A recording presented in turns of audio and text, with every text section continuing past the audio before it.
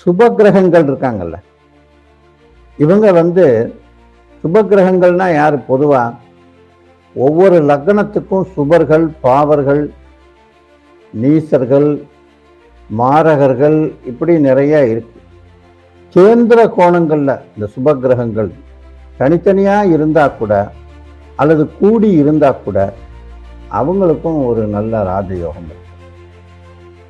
3 சுபர்கள் கூடி கேந்திர திரிகோணங்களில், அதாவது லக்னத்திலேயோ 4லையோ 7லையோ 10லையோ இருந்தால் அவங்களுக்கு பயங்கரமான ராஜயோகம் உண்டு. கன்ஃபார்மா இருக்குன்ற ராஜயோகம். பாவ கிரகங்கள் 3, 6, 11 கூடியிருந்தாலும் ராஜயோகம். பொதுவாக கெட்ட கிரகங்கள்லாம் அந்த 3, 6, 11 ஒரு ராகு கேதுக்கள் இருக்குன்னு வச்சுக்கோங்களேன். 3, 6, 11 இருந்தா அது நல்லது. அந்த கிரகம் அந்த தசை கெடுதல் பண்ணாது. அது பதிலாக மாறாக யோகத்தை பண்ணும். இப்போ அம்மையார் ஜெயலலிதாவுக்கு அப்படித்தான். அவங்களுக்கு மிதுன லக்னம் 11 ராகு. அப்போ அந்த ராகு திசை வரும்போது, அவங்களுக்கு செவ்வாய் திசை வரும்போது விபரீத ராஜயோகம் வந்துச்சு, புத ஆதித்ய யோகம் வந்துச்சு, சந்திர மங்கள யோகம் வந்துச்சு. இந்த சந்திர மங்கள யோகம், விபரீத ராஜயோகம், புத ஆதித்ய யோகம் இதெல்லாம் இருந்தாலும் இதெல்லாம் தாண்டி அந்த ராகு தசை அவங்கள 18 வருஷத்துல எங்கேயோ ஒரு உயரத்துக்கு கொண்டு போய் அந்த விபரீதமும் நடந்துச்சு. முதல்ல அவங்களுக்கு ஒரு கெட்ட பேர், பலவிதமான அவச்சொற்கள் வந்துதான் அதுக்கப்புறம் அவங்க பெரிய யோகத்தை அடைகிறாங்க. அது முடியும் போது அவங்களுக்கு அடுத்த குரு தசை மாரக திசையாக போயிடுச்சு. அதனால அவங்களுக்கு மாரகத்தை கொடுக்கக்கூடிய ஒரு கிரக திசை புக்தி வரும்போது ஆட்டோமேட்டிக்காக அவங்களுக்கு ஆயுள் முடிஞ்சிச்சு. அது அவங்க ஹெரிடிட்டி படி அந்த ஏஜ்னு சொன்னாங்க அவங்களே. அது போக ஜாதக ரீதியாகவும் அது மாரக திசைன்றதுனாலையும், மாரகத்தை கொடுக்கக்கூடிய அந்த கண்டத்தை கொடுக்கக்கூடிய கிரகம் வந்ததுனாலையும் அது அவங்களுக்கு உடல்நிலை பாதிப்பு ஏற்கனவே இருந்ததுனால அதை அடிச்சிருச்சு. ஸோ பாவ கிரகங்கள் 3, 6, 11 இருந்துச்சுன்னா கூடியிருந்தால் அதுவும் ஒரு ராஜயோகம். தனித்தனியாக இருந்தால் மந்த ராஜயோகம் வரும். ஒன்றா சேராமல் 3, 6, 11 கூடிய கிரகம், 3 கூடிய கிரகம் 6ல், 6 கூடிய கிரகம் 11ல் இப்படி இருந்தால் அது ஒரு மந்த ராஜயோகம். ஆனால் 3, 6, 11 கூடிய கிரகம் ஒன்றா சேர்ந்து ஒரு யோகஸ்தானத்தில் அமர்ந்துருச்சுன்னு வச்சுக்கோங்க, அல்லது 3, 6, 11 இருந்துச்சுன்னு வச்சுக்கோங்க, அது பெரிய ராஜயோகத்தை கொடுக்கும். பாவ கிரகங்கள் 6, 8, 12 பகை நீசமாக இருந்தால் விபரீத ராஜயோகம் உண்டாகும். இவங்க இந்த ராஜயோகத்தை அடைய கள்ளக்கடத்தல் பண்றது, இப்போ நான் முதல்ல சொன்னேன்ல, அந்த மாதிரி கொலை, திருட்டு, பதுக்கல் போன்ற விவகாரங்களில் ஈடுபடக்கூடும். அதனால விபரீத ராஜயோகம்னு ஒருத்தருக்கு சொன்னீங்கன்னா அவர் கெட்ட செயல்களில் ஹிட்டா இருந்தா தான் அவருக்கு விபரீத ராஜயோகம்னு சொல்லணும். நல்லா புரிஞ்சுங்க. சில விபரீத ராஜயோகம்னாலே ஒரு விபரீதமும் அதிலேயே அவருக்கு யோகமும் உண்டாகும்.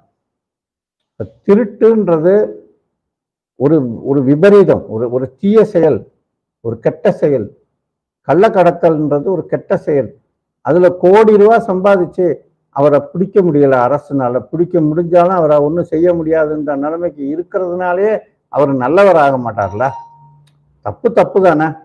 ஸோ அதனால விபரீத ராஜயோகம்ன்றது கெட்ட வகையில அவர் பெரிய ஆள் ஆயிருப்பார், கொள்ளக்கூட்டத்துக்கு பாசா இருப்பார், அந்த மாதிரி இருக்கும். அதுதான் நியாயமான வழியில முன்னேறவே மாட்டாங்க அவங்க. விபரீத ராஜயோகம் உடைய ஜாதகர்கள் நியாயமான வழியில முன்னேறி இருக்க மாட்டாங்க. இதான் உண்மை.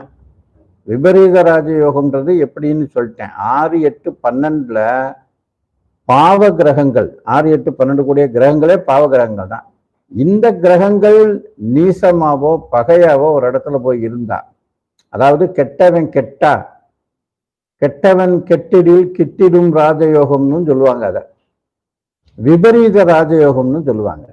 6 கூடையவன் 8ல், 8 கூடையவன் 6ல் அப்படி மறைஞ்சிட்டா, பகையாயிட்டா, அப்போ அந்த ஆளுக்கு விபரீத ராஜயோகம் உண்டாகும். அந்த ராஜயோகம் விபரீதத்தை பண்ணித்தான் யோகத்தை கொடுக்கும். அதுதான் முக்கியம். அங்க ஒரு கொலை பண்ணி கூட அவன் பெரிய ஆளாக வந்திருப்பான், திருட்டு பண்ணி ஆளாக வந்திருப்பான், கள்ளக்கடத்தல் பண்ணி ஆளாக வந்திருப்பான். அது அந்த யோகம் அவருக்கு தான் அது யோகம், ஊருக்கு அது கேடு. அசுப ஆதிபத்தியம் பெற்ற சுப கிரகங்கள் 6, 8, 12 மறைஞ்சாலும் அது விபரீத ராஜயோகம் தான். அசுப ஆதிபத்தியம்னா கெட்ட ஸ்தானங்களுக்கு அதிபதிகளாக ஒரு ஜாதகருக்கு அது இன்னும் திரும்பவும் கெட்டு, அதாவது 6, 8, 12னா கெட்ட இடங்கள் அங்க போய் இருந்துருச்சுன்னா அப்படி மறைஞ்சா கூட அதுவும் விபரீத ராஜயோகத்தை தான் கொடுக்கும். எனவே இந்த விபரீத ராஜயோகம்ன்றது என்னன்றதை இப்ப விளக்கம் சொன்னேன். அப்ப இந்த மாதிரி இருந்தால் அது விபரீத ராஜயோகம். பகை நீசத்துடன் இருக்கக்கூடிய அந்த கிரகங்கள் 6, 8, 12 மறைஞ்சாலும் அதுவும் விபரீத ராஜயோகம் தான். 6, 8, 12ஆம் இடங்கள் பாவர்களுக்கு உண்டான இடமாக வந்தாலும் விபரீத ராஜயோகம் ஏற்படுவதற்கு வழிவகுக்கும். கோடான கோடி கொள்ளையடிப்பான், கோயிலில் போய் 2 உண்டியலில் போட்டு பெரிய ஞானின்னு பேர் வாங்கிடுவேன். அந்த மாதிரி நாட்டில் நடக்குதுல, நிறைய பேரை பார்க்குறோம்ல. அதை தான் விபரீத ராஜயோகம்னு சொல்றது. 4ஆம் இடம், 7ஆம் இடம், 8ஆம் இடத்துல ராசிக்கு 4, 7, 8 அல்லது புதனுக்கு 4, 7, 8ல மற்ற கிரகங்கள் சேர்ந்து இருந்துச்சுன்னா அது ஒரு ராஜயோகத்தை குறிக்குமா. லக்னாதிபதி நின்ற ராசிநாதன் உச்சம் பெற்று சந்திர கேந்திரம் ஏறினாலும் அந்த நீசபங்க ராஜயோகம்னு அதுக்கு பேரு.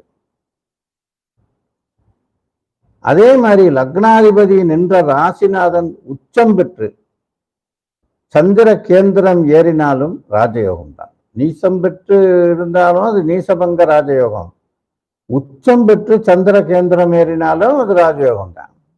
9ஆம் இடத்துல குரு இருந்தா ஒரு வார்த்தை சொல்லுவாங்க, ஓடி போனவனுக்கு 9ல குரு அப்படின்னு. இப்போ சில பேர் கடன்பட்டு கஷ்டப்பட்டு எங்கேயோ ஒரு ஊருக்கு ஓடி போன பிறகு பார்த்தா அந்த ஊர்ல பெரிய ஆளாக வந்துடுவாங்க. அந்த மாதிரி ஒரு சில இதெல்லாம் உண்டு. அதான் அந்த இப்படி சொல்லுவாங்க. இந்த மாதிரி சுக்கிரன் 9ல இருந்தாலும் அதுவும் சுக்கிர திசை அவருக்கு சூப்பரா இருக்கும் அப்படின்னு அர்த்தம். 2, 3 2ஆம் இடம், 3ஆம் இடம் இதுக்கு உண்டான கிரகங்கள் உச்ச பலம் பெற்றிருந்தாலும் ராஜயோகம் ஏற்படும். ஒரு ஜாதகத்துல 2 கூடைய கிரகம் உச்சம் பெற்றாலும் அல்லது 3 கூடைய கிரகம் உச்சம் பெற்றாலும் அவருக்கு ராஜயோகம் உண்டு. 2 கிரகங்களா வரிசையா இருக்குன்னு வச்சுக்கோங்க. அந்த மாதிரி இருந்தா அதை ஒரு கிரகம் மாலிகா யோகம்னு சொல்லுவாங்க. இப்போ ஒரு சிங்கிள் கிரகமாவே ஒரு 7 கட்டத்துல வரிசையா 7 கிரகம் இருக்குன்னு வச்சுக்கோங்க. அதை கூட கிரக மாலிகா யோகம்னு அது ஒரு ராஜயோகம். அந்த மாதிரி இப்படி இருந்தாலும் இது ஒரு ராஜயோகம் தான்.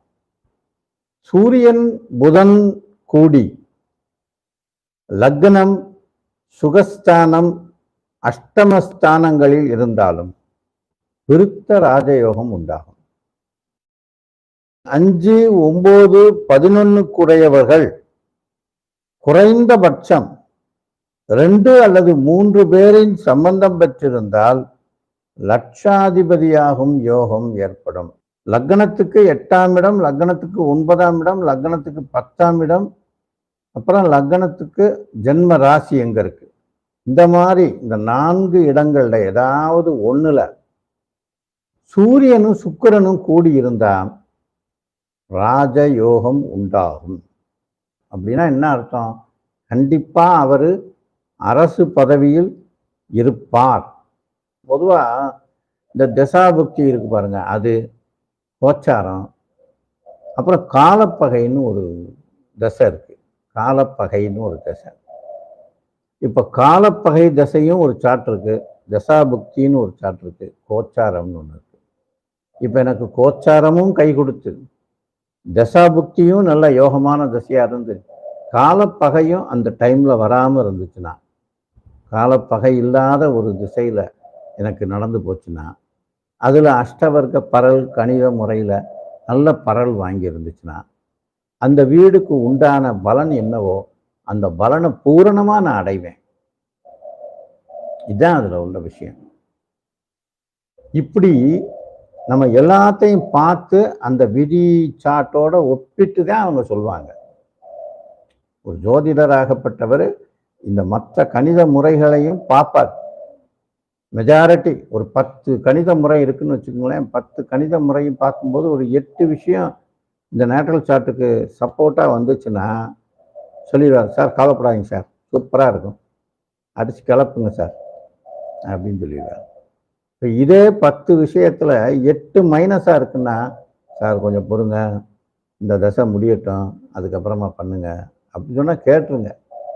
அதான் நல்லது. நல்ல ஜோசியர் கரெக்டாக சொன்னாருன்னா உங்களுக்கும் நேரம் இருந்தால் தான் அப்படி ஜோசியர்கிட்ட போய் மாட்டுவீங்க.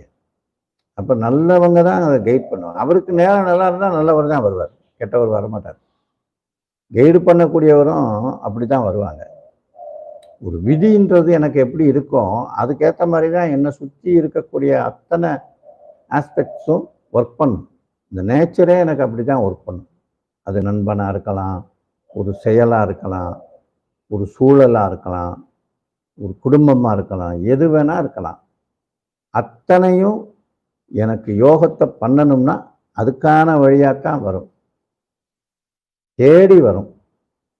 துன்பமும் அப்படிதான் தேடித்தான் வரும். நீங்கள் தேடாமல் தப்பிச்சுக்கலான்னு ஓடி ஒளிஞ்சாலும், எங்கே நீங்கள் பாதாளத்துக்குள்ளே போய் ஒளிஞ்சாலும் உங்களை தோண்டி எடுத்து கொண்டாந்து அவமானப்படுத்தி விட்டுரும்.